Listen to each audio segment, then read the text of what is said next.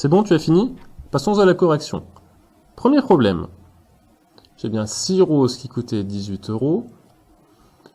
On veut calculer le prix de 3 roses, le prix de 8 roses.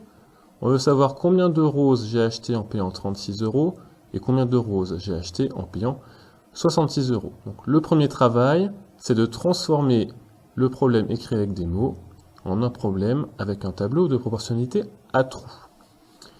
Une fois que tu as fini de préparer ton tableau, il faut d'abord vérifier la règle 1 si tu peux trouver facilement un coefficient de proportionnalité.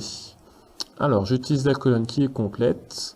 Est-ce que je peux passer de 6 à 18 avec une multiplication, une division facile? Je cherche dans la table du 6. 6 fois 3, 18. Donc, je sais que si je descends, je vais devoir multiplier par 3.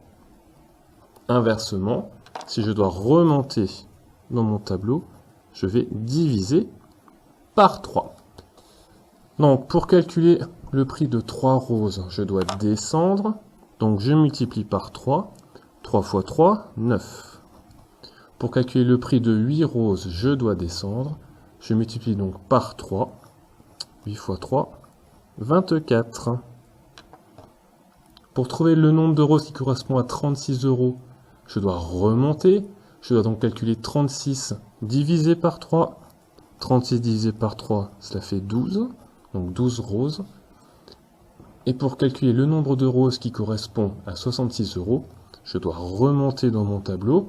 Dans ce problème-ci, cela correspond à une division.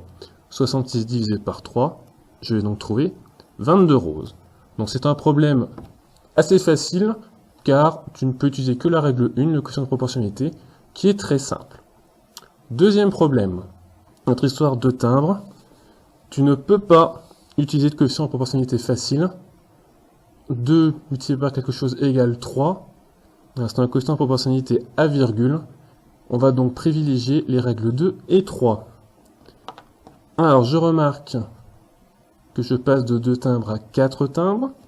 Donc, il suffit de multiplier par 2 la colonne haut et bas.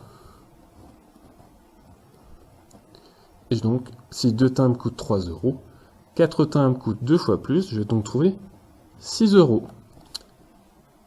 Deuxième question, on veut trouver le prix de 20 timbres. J'ai deux possibilités. Soit je me rends compte que c'est 2 fois 10, 20, donc 3 fois 10, 30. Ou je peux faire 4 fois 5, 20, 6 fois 5, 30.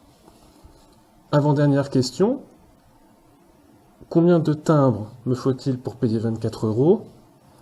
Alors il faut bien observer le tableau. Il faut être fort en calcul mental. Je peux trouver 3 fois 8, 24. Donc 2 fois 8, 16. Mais je pouvais aussi également faire 30 moins 6, 24. 20 moins 4, 16. Donc dans les tableaux de proportionnalité, plus tu seras fort en calcul mental, et plus tu auras deux possibilités pour trouver le même résultat. C'est à toi de trouver le calcul le plus simple et le plus rapide. Dernière question.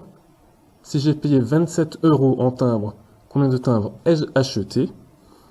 Alors, on peut faire 24 plus 3 égale 27. Donc 16 plus 2 égale 18. Et s'il y avait d'autres solutions, on peut faire aussi 30 moins 3, 27.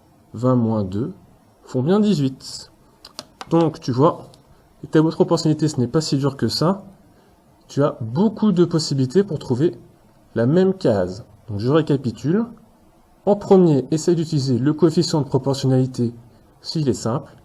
S'il est compliqué, il va falloir multiplier ou diviser une colonne, ou ajouter ou soustraire deux colonnes. Voilà, j'espère que tu as tout juste, que cette vidéo t'a aidé, et à bientôt au bureau du maître.